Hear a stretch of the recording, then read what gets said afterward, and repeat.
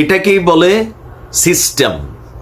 দেখেন, বাংলাদেশে বর্তমানে অনেক বিশৃঙ্খল ঘটনা ঘটছে, কিন্তু পজিটিভ ঘটনা কোনগুলো আমরা যেটা ফোকাস করতে চাচ্ছি, একটা সিস্টেম ক্রিয়েট করতে হবে যে সিস্টেমটাকে পরবর্তী কোনো সরকার এসে পরিবর্তন করতে পারবে না। এটাকে যতটুকু সিকিউর করা যায় বা যতটুকু শক্ত করা যায় ওইভাবে এই সিস্টেমটাকে তৈরি করা উচিত।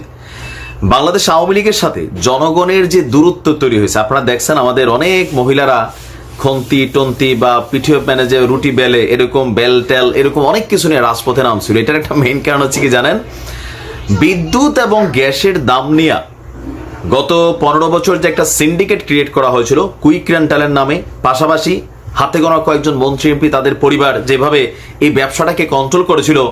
আদেশ হয়, দাম বাড়ে, 100 টাকা দাম বাড়ে, একটা প্রতিবাদ আন্দোলন হইলে 5 টাকা কমায়, 95 টাকা মনে করলেন যে দামটা কিন্তু বাড়াই থাকে, বাঙালি 5 টাকা কমার খুশিতে কিছুটা আনন্দিত হয়। বাট এই যে সিস্টেমটাকে তৈরি করেছিল আওয়ামী লীগ সরকার, সেইটার বিরুদ্ধে নতুন সিস্টেম চালু হচ্ছে। তবে আমরা চাই এই সিস্টেমটা আগামী দিনেও যেন কোনো রাজনৈতিক সরকার এসে আবার হাত দিতে না পারে।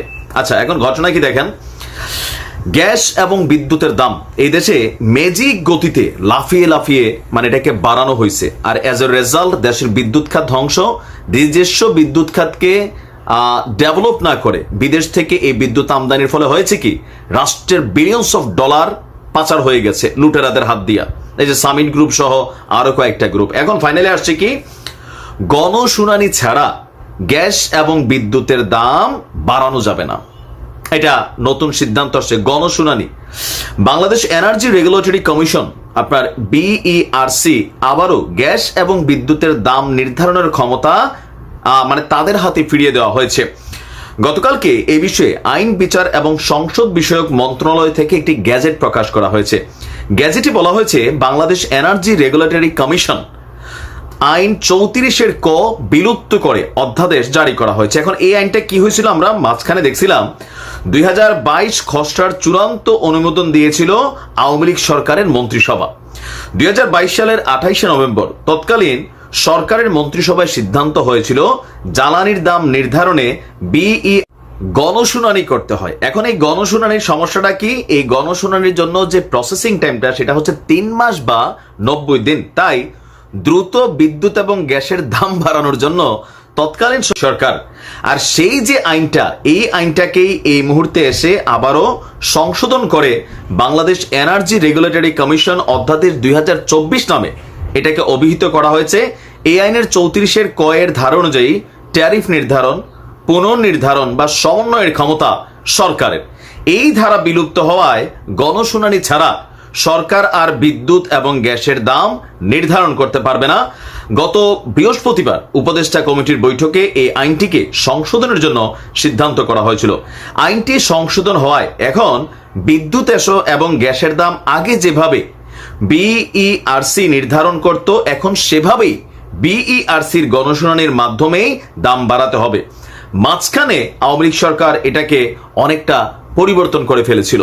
ওই যে বললাম না, আওয়ামী লীগ সরকারের পতনের জন্য গণমানুষের যে অবস্থান আমরা দেখেছি, বিশেষ করে আমাদের নারীদের, ভাই বিদ্যুৎ এবং গ্যাস আওয়ামী লীগ করুক বিএনপি করুক, এই দেশে যারাই বসবাস করছে এটার বাটি কিন্তু পড়ে গেছিল।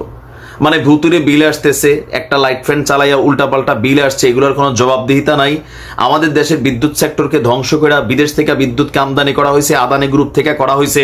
আরে ভাই, ত্রিপুরা যদি আমাদের কাছে বিদ্যুৎ তারা বিক্রি করে, তাহলে আমরা বৈশ্য বৈশ্য কি মুড়ির মোয়া খাইছি এত বছর? তো আমার মনে হয় যে এগুলোর পাশাপাশি আমাদের নিজস্ব যে গ্যাস প্রকল্পগুলো আছে আর একটু ডেভেলপ করা, বিদ্যুৎ সেক্টরকে স্বয়ংসম্পূর্ণ করা, পাশাপাশি তেল শোধনাগার একটাই আছে বাংলাদেশে, এটা থেকে রাশিয়ার তেল আনলে নাকি আমরা শোধন করতে পারি না। তো আমার মনে হয় যে ইটস টাইম যে আমরা সরাসরি রাশিয়া থেকে তেল আনবো, আইনে আমাদের রিফাইনারিতে আমরা পরিশোধন করব, আমাদের তেলটা আমরা আমাদের দেশের বাজারে বিক্রি করব, তেলের দাম অনেক কমে যাবে। এখন আমরা ভারতের মাধ্যমে চাইটা খাই, ওই সৌদি আরব থেকে আনতে হয়, অমুক জায়গা থেকে আনতে হয়, আইনা এই তেলটা বাহির থেকে প্রসেসিং করতে হতো, বা প্রসেসিং তেলটা করার ফলে 1 টাকার জিনিস যেটা প্রসেসিং করতে খরচ হয় বাহির দেশ থেকে আনার কারণে 5 টাকা হয়। আর এগুলোর ব্যবসা করে কারা? পলিটিশিয়ানরা। তো ধন্যবাদ ডক্টর ইউনূসের যে সংস্কার শুরু হয়েছে, সাধুবাদ জানাই। এভাবেই চলুক বাংলাদেশ। আসসালামু আলাইকুম।